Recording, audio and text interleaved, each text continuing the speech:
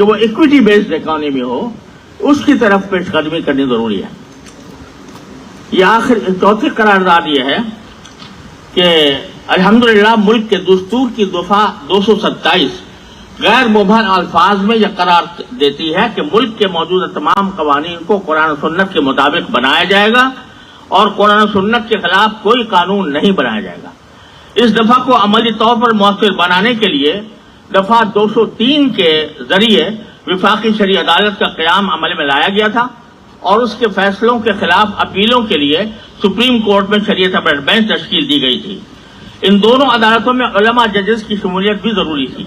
تمام مکاتب فقہ کے علماء اور تاجر برادری کا یہ اجتماع اس بات پر تشویش کا اظہار کرتا ہے کہ اس وقت یہ اہم ترین ادارے تقریباً معطل پڑے ہوئے ہیں۔ وفاقی شرعی عدالت میں اس وقت صرف 2 جج ہیں اور کوئی عالم دین اس میں شامل نہیں، جبکہ شروع میں یہ عدالت 7 ججوں پر مشتمل تھی، جن میں 30 جج علماء دین تھے۔ اسی طرح سپریم کورٹ کے شریعت اپیلٹ بینچ عرصہ دراز سے تقریباً معطل ہے۔ بہت سے اہم مقدمات سال ہر سال سے زیر التوا ہیں اور بینچ کا اجلاس شاذ و نادر ہی ہوتا ہے۔ لہذا اجتماع حکومت سے مطالبہ کرتا ہے کہ وفاقی شریعت عدالت اور سپریم کورٹ کی شریعت بینچ کو فعال بنایا جائے اور ان کی خالی جگہوں کو علماء سے پر کیا جائے۔ یہ آخری قرارداد ہے جو اگرچہ براہ راست سود سے متعلق نہیں ہے لیکن اپنی اہمیت رکھتی ہے کہ یہ اجتماع پچھلی حکومت میں منظور کیے ہوئے ٹرانسجینڈر ایکٹ کے بارے میں مطالبہ کرتا ہے کہ اس میں ترمیم کر کے اسے شریعت کے مطابق بنایا جائے۔ جن لوگوں میں مرد اور عورت دونوں کی مشابہت پائی جاتی ہے ان کے حقوق کا تحفظ اور معاشرے میں انہیں باعزت مقام دینا بے شک ضروری ہے،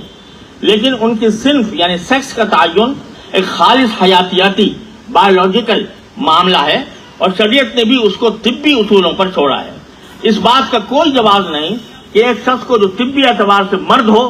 صرف اس کی خواہش کی بنیاد پر عورت قرار دیا جائے، یا جو شخص طبی اعتبار سے عورت ہو صرف اس کی خواہش کی بنیاد پر مرد تصور کیا جائے۔ ٹرانسجینڈر کی اصطلاح اسی غیر معقول اور غیر شرعی تصور پر مبنی ہے، اس لیے اس ایکٹ کے بارے میں پارلیمنٹ میں جو ترمیمیں پیش کی گئی ہیں ان کے مطابق اس ایکٹ میں فوری طور پر وہ ترمیمیں نافذ کی جائیں۔ ٹرانسجینڈر کی اسی غیر معقول اور غیر شرعی بنیاد پر جوائے لینڈ کے نام سے جو بدنام زمانہ فلم جاری کی گئی ہے وہ اسلامی اور پاکستانی اقدار کے یکساں خلاف ہے۔ اس کی نمائش پر پابندی کا جو فیصلہ پنجاب حکومت نے کیا ہے ہم اس کا خیر مقدم کرتے ہیں اور وفاق اور دوسرے صوبوں سے بھی مطالبہ کرتے ہیں کہ وہ بھی اس پر پابندی عائد کریں۔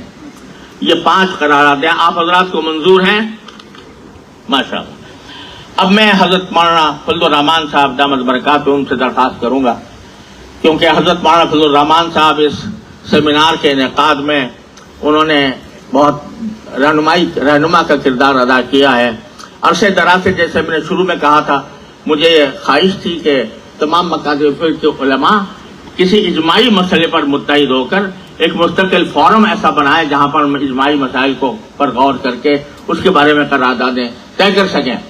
حضرت مولانا فضل الرحمان صاحب نے